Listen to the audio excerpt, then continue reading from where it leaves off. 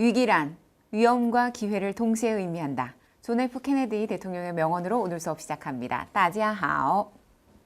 네, 여러분 안녕하세요. 자, 오늘은 11강 중국어 학습법 가운데 제 4급, HSK 4급 학습법에 대해서 지금부터 안내해 드리겠습니다. 먼저 화면으로 우리가 듣기 영역부터 하나하나 꼼꼼히 볼 텐데요. 여러분, HSK 4급은 듣기, 독해, 쓰기로 구성되어 있는 거 알고 계시죠? 자, 그 중에서 우리가 바로 듣기 영역 일부분에 대한 구성을 간략하게 눈으로 확인해 보겠습니다. 我最近在学跳舞，每天都练习5个小时，但还是没有太大的进步。 여러분, 들려지는 내용 중에서 우리가 핵심어가 긍정적으로 들리는지 아니면 마지막에 부정으로 전환되는지 잘 들어봐야 되는데요. 오늘 문장에서도 이렇게 부정적인 내용이 끝부분에 들렸죠? 没有太大的进步에다가 제가 꼬부랑이 밑줄 그어보겠습니다. 그다지 큰 발전이 없었다. 그러니까 부정적인 내용이므로 주어진 지문, 자, 주어진 문장 보시면 我跳舞进步很大. 进步大不大? 不大 혹은 不太大 라는 대답이 가능하겠죠? 따라서 이 내용은 틀린 내용입니다. 자, X 표시. 그리고요, 여러분, 이렇게 듣기 영역 일부분은 대략 한 줄 반 정도 분량, 한 줄에서 한 줄 반 정도 분량을 들려주고 주어진 제시문, 요거 보고서, 이 보기 보고서 맞는지 틀린지, 맞으면 V를, 틀리면 X 표시하시면 됩니다. 자, 일부분에 대한 팁을 안내해 드리겠습니다. 녹음이 나오기 전에 제시 문장, 조금 전 요 아래, 요 제시 문장, 요걸 먼저 읽어보고요. 그 다음에 이 내용을 확실하게 파악한 뒤 듣고 긍정이면 답으로 고르고 부정이면 여기 부정적인 내용이 있는지를 확인해 본 뒤에 이게 오라면 맞다면 V 표시 아니라면 X 표시 하시면 됩니다. 이와 같이 제시된 문장을 먼저 읽는 것이 중요하고 또 평상시에 유의어 학습 부지런히 해두시면 큰 도움이 됩니다. 녹음과 문장에 나오는 그 핵심 어휘가 다를 때도 있거든요. 그래서 우리가 평소에 단어 중에서도 유의어를 잘 외워둘 필요가 있습니다. 자, 다음은 듣기 이 부분에 대한 구성 및 학습법을 안내해 드릴게요. 자, 이 부분에서는요, 남녀 두 사람의 대화가 들리는데 눈을 감고 잠깐 귀 기울여 들어보세요. 윈윈, 我那条黑色的裤子哪儿去了?我放洗衣机里了。他们最可能是什么关系? 네, 자, 이제 눈을 뜨시고요. 얼만큼 잘 들렸는지 확인해 보세요. 윈윈, 네, 그 검은색 바지 어디 갔지? 그랬더니 여자분이 我放洗衣机里了. 제가 세탁기 안에 넣어두었어요 라고 얘기를 했어요. 그러니까 두 사람의 관계는 아무래도 좀 가까운 관계임을 예상할 수 있고요. 아니나 다를까 답안 중에서 朋友, 同学, 同事, 夫妻 중에서 옷을 직접 세탁기 안에다 넣어줄 수 있는 분 누굴까요? 네, 부부관계겠죠? 따라서 정답은 D라는 것을 알 수 있습니다. 네, 이렇게 두 사람의 대화 중에서 첫 화자의 첫 마디와 두 번째 화자의 대답, 그리고 첫 화자가 뭐라고 질문하는지, 두 번째 화자가 뭐라고 대답하는지 이것이 굉장히 중요하거든요. 그래서 평소에 우리가 장소나 직업, 신분, 그리고 두 사람의 관계에 묻는 문제가 많이 출제되기 때문에 이 점에 주목해서 첫 화자의 질문과 두 번째 화자의 대답에 집중해서 잘 듣고 문제를 풀 수 있어야 되고 평소 학습법도 역시 마찬가지입니다. 첫 화자가 뭐라고 말했고 또 뭐라고 질문을 했는지 두 번째 화자는 어떻게 대답했는지 잘 듣고서 답을 골라주시면 됩니다. 자, 그러면 평소에 학습하실 때는요. 두 사람의 대화 내용은 그냥 안 보고 듣고 따라하기 연습을 자꾸 함으로써 감을 익히시는 것이 중요합니다. 자, 다음은요. 듣기 3부분에 대한 학습인데 듣기 3부분부터는 지문 길이가 좀 길어지기 때문에 우리가 약간의 메모도 할 수 있어야 됩니다. 잘 들어보세요. 男, 您好,有需要我帮助的地方吗? 女, 我想换一部手机. 男, 您看看这个怎么样?不仅样子好看,而且. 女, 好,就买这个吧. 问, 这段对话发生在哪儿? 네, 핵심어는 두 번째 하자의 대답에 있었는데요. 뭐라고 했죠? 두 번째 하자가 我想换一部手机라고 했죠.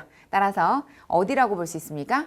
네, 핸드폰 가게죠. 핸드폰 가게. 그래서 정답은 B, 手机店입니다. 이와 같이 두 사람이 대화 나눌 때는요. 보통 첫 화자의 첫 마디의 질문, 그 다음에 두 번째 화자의 대답의 첫 마디 굉장히 중요하다는 것을 알 수 있었고 그래서 换手机 특히나 手机라는 명사가 핵심어였습니다. 정답은 B입니다. 자, 그러면 우리가 듣기 영역 3부분에서는 이렇게 긴 대화문 뿐만 아니라 긴 문장도 주어질 수 있는데요. 이렇게 4개 보기 좀 복잡합니다만 앞부분에서 뭐 시루렌까지 이렇게 동일한 단어가 있으면 세로줄을 한꺼번에 거준다든지 주어 부분 혹은 두 글자 뒤에다가 이렇게 세로줄 거준다든지 이런 것도 큰 도움이 될 수 있고요. 그 다음에 이 내용은 여러분 우리가 어렸을 때 동화책에서 뭐 이소무화책에서 접했을 만한 그런 이야기들이 특히 3부분에서 나오기도 하거든요. 잘 들어보세요. 잘 들어보세요.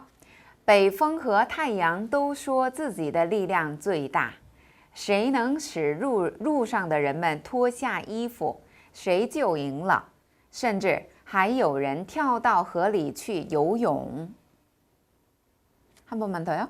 네, 특히 핵심어 위주로만 제가 다시 한번 들려드릴게요. 谁能使路上的人们脱下衣服谁就赢了 많이 들어보셨던 그런 내용 맞죠? 네, 저도 어린 조카에게 들려준 적 있는 동화책 이야기인데요. 해와 바람 이야기죠. 그래서 누가 더 힘이 센가? 더 힘이 센 사람이 지나가던 어떤 행인의 옷을 벗길 수 있는지를 묻는 그런 이야기인데요. 자, 여러분, 他们决定使用的方法是什么? 어떤 방법을 취하기로 했죠? 바로 谁能使路人主动脱下衣服? 누가 행인으로 하여금 지나가는 그 행인으로 하여금 옷을 자발적으로 벗게 하느냐 이것과 관련된 내용이었죠. 그래서 3부분은 이와 같이 조금 장문 듣기예요. 두 사람의 대화보다는 약간의 난이도가 높아질 수 있는데요. 그에 따라서 우리가 평소에 듣기에 대한 학습법으로는 주어진 보기를 먼저 읽고 유형을 파악할 수 있어야 되고요. 그리고 대화 형식은 남자 여자의 말을 구분하고 메모할 수 있어야 됩니다. 평소에 빠른 메모 그러니까 듣고 한글로 메모하거나 아니면 듣고 병음으로 메모하는 것도 큰 도움이 되고요.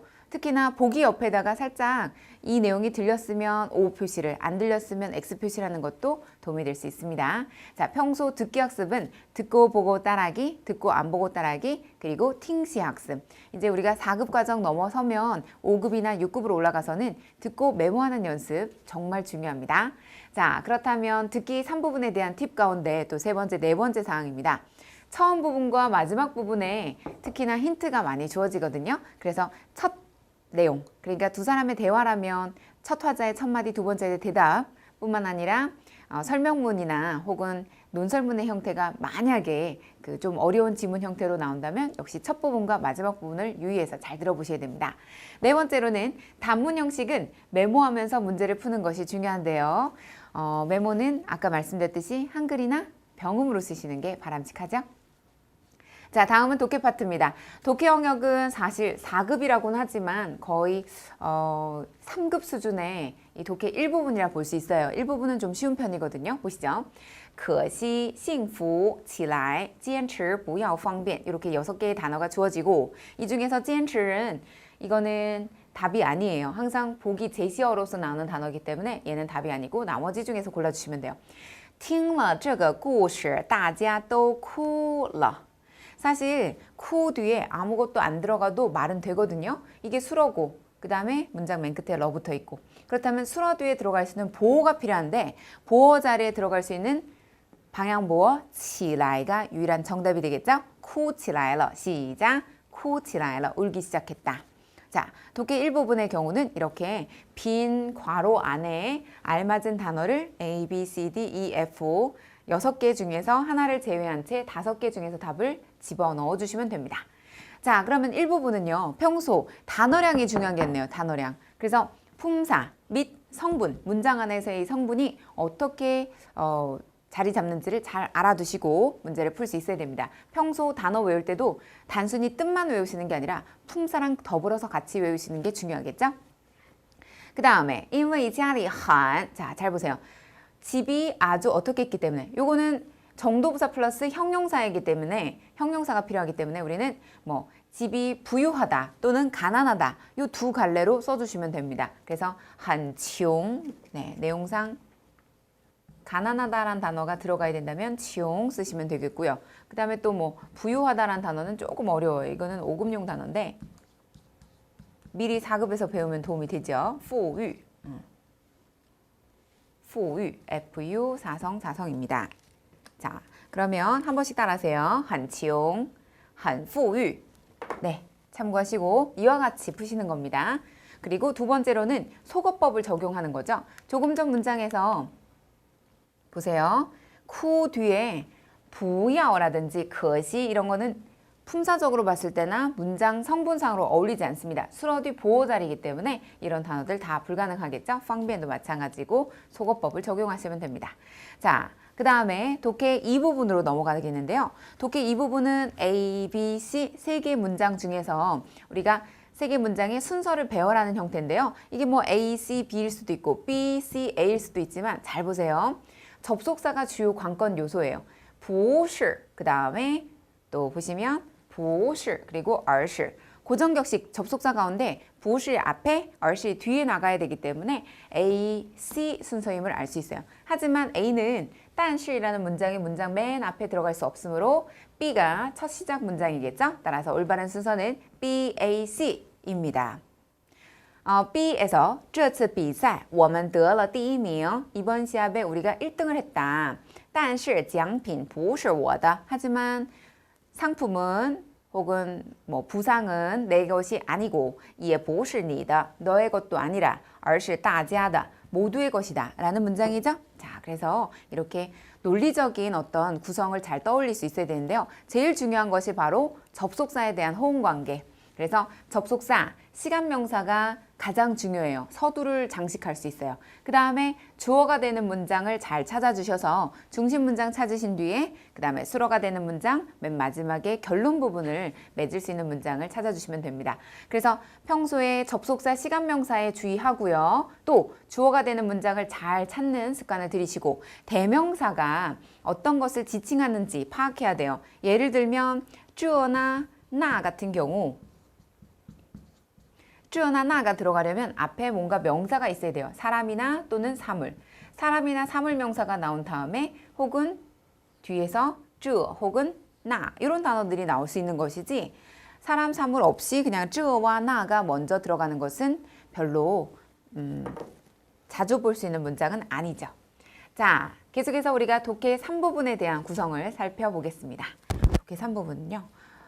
A, B, C, D 4개의 보기가 주어지고 그 다음에 짤막한 문장 형태가 한 2줄짜리, 2줄에서 한 길면 3줄 정도 해서 5급 HSK 독해 2부분에 출제되는 유형이 그대로 우리 4급 독해 3부분에서 나오거든요.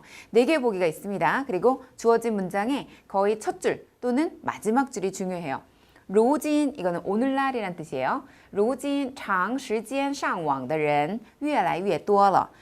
오늘날 오랜 시간 인터넷에 접속하는 사람들이 점점 더 많아지고 있습니다 라는 문장이에요. 자, 이런 문장을 딱 본 순간 아, 설명문이겠구나. 그러면 이 설명문의 첫 줄 중요했으니까 보기 중에서 바로 长时间上网的人越来越多 요게 바로 정답이 되겠죠? 자, 이상으로 해서 3부분에 대한 답안 네, 우리가 확인할 수 있었고요. 조금 전 A, B, C, D 이것에 걸맞는 내용은요. 여러분, 吵架라는 단어가 나오긴 나오는데 상식선에서 인간이 장장 吵架 이걸 우리에게 권장하진 않겠죠. 마땅히 자주 싸워야 된다. 이런 상식에서 배제되는 답들은 속어법으로 제거할 수 있어야 됩니다. 그 다음 A, C, D 중에서 답이 나올 수 있을 텐데요. 从前 옛날에 有几个兄弟 몇 명의 형제가 있었는데 常常吵架 자주 싸웠대요. 父亲说 아버지가 말씀하시길 你们不要吵架了 너희들 더 이상 싸우지 말아라 라고 얘기를 했어요. 그러니까 이 말이 우리에게 알려주고자 하는 것 형제 사이에는 싸워서는 안 된다. 자주 싸우지 말아라. 兄弟间吵架是不对的. 네, 정답은 바로 B가 된다는 것을 알 수 있습니다. 자, 그러면 우리가 이와 같이 주어진 문장의 이야기글 형태도 있고요. 설명문이나 논설문도 있는데 팁을 드립니다. 보기를 읽고서 지문 내용을 좀 대략적으로 유추하는 방법도 있지만 때에 따라서는 설명문의 경우는 정해진 시간 내에 우리가 빨리 풀어야 되기 때문에 어떻게 되냐면 첫 번째 단락의 첫 줄과 마지막 줄, 끝줄을 잘 읽어보고서 그 첫 줄과 마지막 줄에 해당되는 답안이 있는지를 그대로 비교하는 것이 시간 절약에 큰 도움이 됩니다. 자, 두 가지 사항 꼭 기억하세요. 보기 먼저 읽는다. 두 번째로는 주어진 시간, 제한 시간 안에 첫 줄과 마지막 줄을 먼저 비교해 본다. 자, 그러면 쓰기 영역으로 이제 넘어갈 차례인데요. 여러분, 쓰기 파트는 1, 2부분으로 구성되어 있죠. 1부분은 주어진 네 단어를 어휘를 조합해서 문장, 어순에 걸맞는 문장을 만드는 형태입니다. 没有去过我英国. 자, 주어는 我, 수어는 去, 목적어는 인구어인데 영국인데 나는 영국에 가본 적이 없다. 시작. 我没有去过英国. 네, 비교적 쉬운 문장이었습니다. 이렇게 순서를 배열하는 86번의 쉬운 문장도 있고요. 95번으로 가면은 그거는 좀 어렵습니다. 10문제 중에서 항상 끝부분으로 갈수록 좀 어렵거든요. 따라서 평소 쓰기 영역 일부분에 대한 연습은 우리가 주어, 수어, 목적어 그 중에서도 가장 중심이 되는 수어를 잘 찾아주셔야 되고 그 다음에 수어와 호응할 수 있는 목적어 찾는 것도 역시 중요하겠죠. 항상 핵심은 주, 술, 목이 쥐고 있습니다. 자, 다음은 세 번째 팁이에요. 기타 성분도 찾아주셔야겠죠. 네, 동태조사 러저꼬라든지 아니면 결과, 방향보 등 그리고 문장을 해석한 후에 알맞게 연결되었는지를 확인해 보셔야 돼요. 때에 따라서는 주어랑 목적어 바뀌어도 해석상으로 지장은 안 가고 어법적으로도 오류는 없는데 근데 어색한 경우가 있어요. 주어랑 목적어가 바뀌지 않도록 각별히 주의하셔야 되겠습니다. 자, 다음은 쓰기 제2부분에 대한 구성이에요. 쓰기 2부분은 그림, 그리고 글씨, 한 글자 내지 두세 글자가 주어지고요. 이 그림과 글자에 알맞는 문장 하나 중작하셔야 됩니다. 자, 이 남성분은 목이 마른가 봐요. 그래서 물을 벌컥벌컥 마시는데 이건 크라는 단어지 흐어가 아니거든요. 자, 그래서 우리가 물을 마시다는 입구자 흐어를 쓰게 되고 이거는 크라고 해서 목이 마르다란 뜻이죠. 따라서 이 글자와 이 사람이 물 마시는 모습을 가지고 이렇게 중작해 주시면 됩니다. 他非常渴拿起水桶就喝. 좀 어렵죠. 네, 여기서 水桶이란 단어를 처음 보실 거예요. 물통. 다 함께 水桶. 네, 좋아요. 他非常渴. 그는 매우 목이 말라서 拿起水桶. 물통을 들고서 就喝. 마십니다. 라는 문장이었어요. 항상 이 주어진 그림과 글씨가 일치해야 된다는 것, 더불어서 문법적으로 맞아야 되고요. 조금 더 화려해질수록 고득점을 받을 수 있다는 점. 따라서 평소 학습법은 첫째, 제시어의 뜻과 품사를 우리가 잘 이해할 수 있어야 되고요. 단어량 확보가 굉장히 중요하겠죠. 가장 중요한 것은 동형명이에요. 동사, 형용사, 명사. 그 다음 그림과 관련된 단어나 문장을 떠올릴 수 있어야 되고 거기다 수식어까지 집어넣을 수 있다면 고득점으로 연결됩니다. 자, 다음은 세 번째 팁입니다. 주, 술, 목 구조의 기본적인 문장, 뼈대를 세우신 뒤에 수식 성분을 맨 마지막에 넣고 다양하게 화려한 문장을 만드시면 되고요. 조금 전처럼 두 개로 이루어졌는데 쉼표 그리고 마침표까지 들어간다면 완벽한 문장이 될 수 있습니다. 평소 주, 술, 목 그리고 수식성, 피수식성 구분하는 연습은 대단히 여러분들의 학습에 도움이 되리라 확신합니다. 자, 그러면 오늘 공부한 내용 정리해 보겠습니다. HSK 4급 학습법은 첫째, 듣기. 듣기 영역은 우리가 1, 2, 3부분 가운데 1부분, 2부분은 그냥 간단한 대화문이니까 또 1부분에선 특히나 맞는지 틀린지만 파악하면 되기 때문에 굉장히 쉬운 부분이라 볼 수 있고요. 2, 3부분에서 특히 주의해야 될 것은 3부분에 약간의 메모, 평소 빠르게 듣고 보고 따라하기, 듣고 안 보고 따라하기 연습과 더불어서 좀 길어지는 문장이 있으면 한글이나 병음으로 메모해 보세요. 다음 독해 영역입니다. 독해 영역은 1부분 대비해서 우리가 단어량 확보해야 되겠고요. 2, 3부분에서는 속도뿐만 아니라 시간 관리 능력, 네, 그 주어진 시간 안에 문제를 풀 수 있어야 됩니다. 그리고 자, 쓰기 파트는 1, 2부분 중에서 1부분의 경우는 순서 배열, 그래서 주, 술, 목 찾아주고 맨 마지막에 해석으로 마무리해 봤을 때 전혀 무리가 안 가는 문장을 답으로 골라주시면 되겠죠. 이 부분의 경우는 그림과 이 글자가 정확하게 일치해야 되겠고요. 일치하지 않는 문장은 점수에 아주 큰 영향을 줍니다. 그래서 글자를 내가 모르겠어. 네, 그럴 때를 대비해서 평소에 단어량을 충분히 확보하셔야 됩니다. 특히 동형, 명부 위주로요. 아시겠죠?